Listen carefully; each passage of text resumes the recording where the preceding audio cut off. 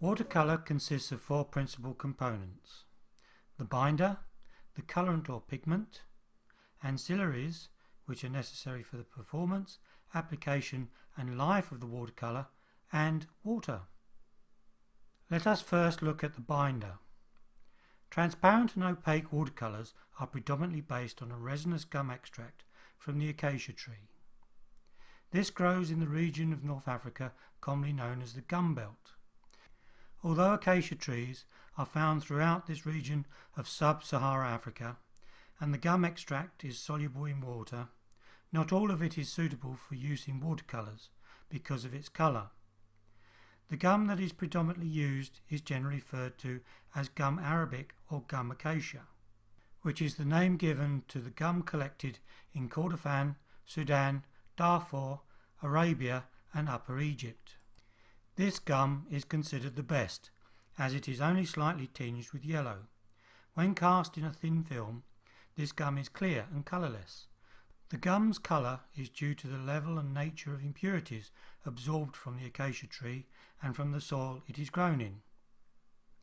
Gum arabic harvested in the Republic of Senegal is a reddish yellow or brown colour. It is considered the next best gum for watercolour as its chemical and optical properties are similar to the gums collected in Kordofan.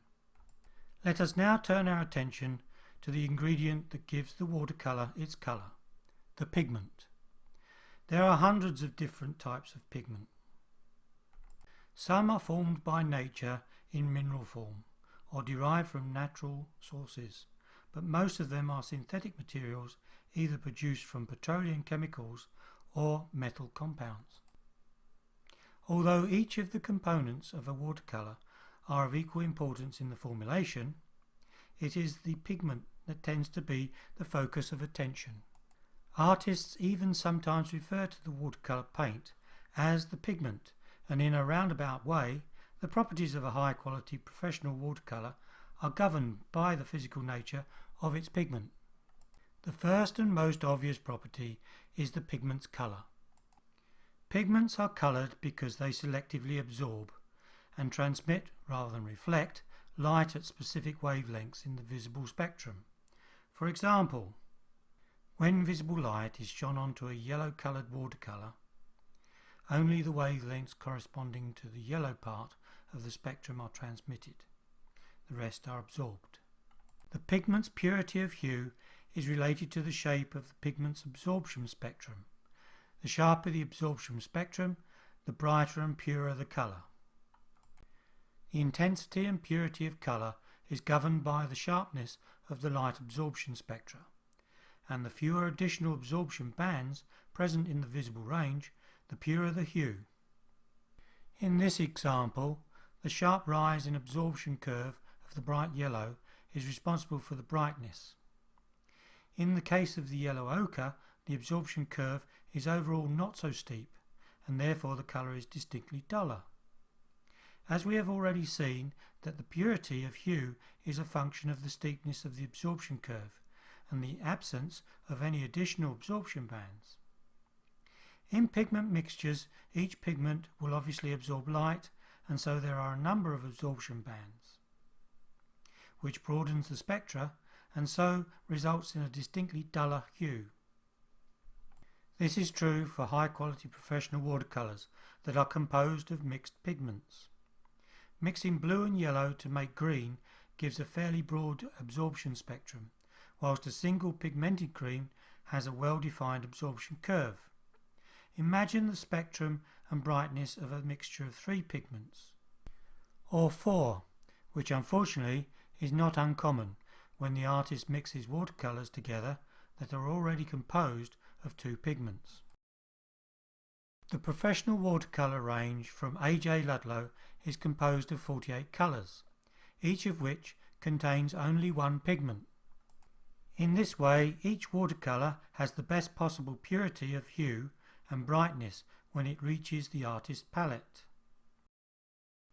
The second property that pigments influence is the watercolour's transparency or, conversely, its opacity, which are dependent on the amount of light scattering that occurs in the watercolour film. Pigments that have smaller particle sizes scatter less light and so are more transparent.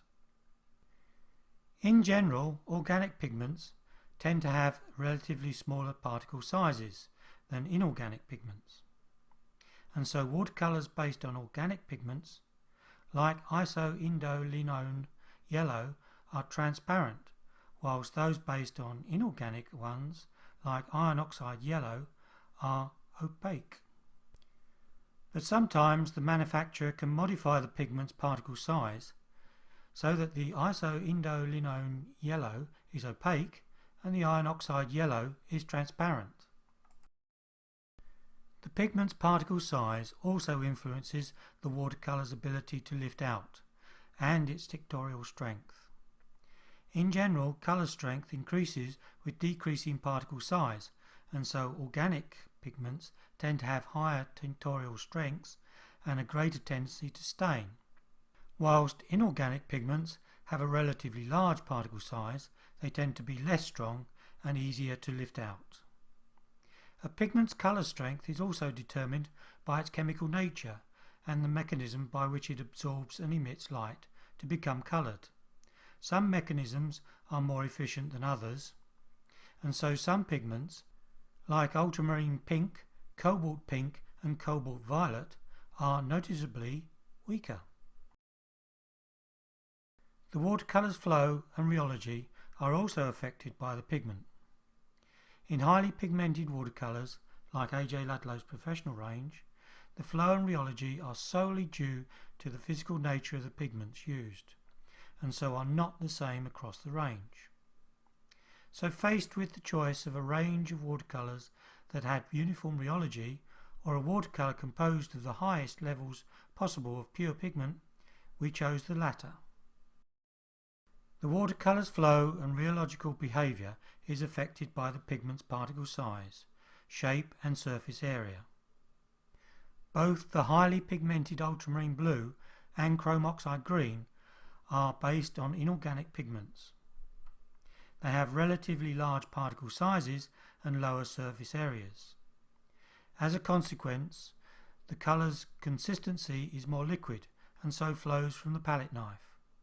The structured consistency of the highly pigmented anthraquinone blue and phthalocyanine green yellow shade, like other watercolours based on organic pigments in AJ Ludlow's professional watercolour range, is due to the pigment's relatively larger surface area, which absorbs more liquid binder, thus affecting the watercolour's rheology.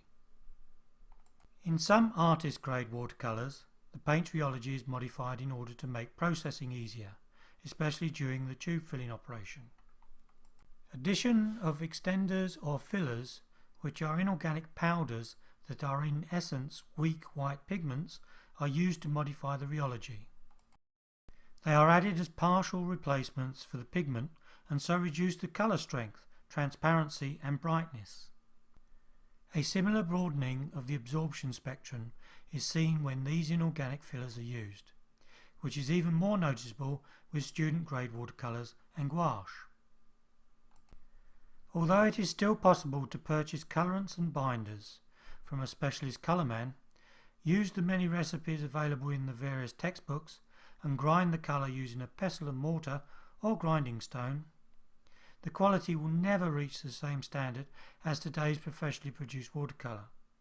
There is now a high level of sophistication required to produce quality watercolours, coupled with an understanding of the science and technology required to manufacture them.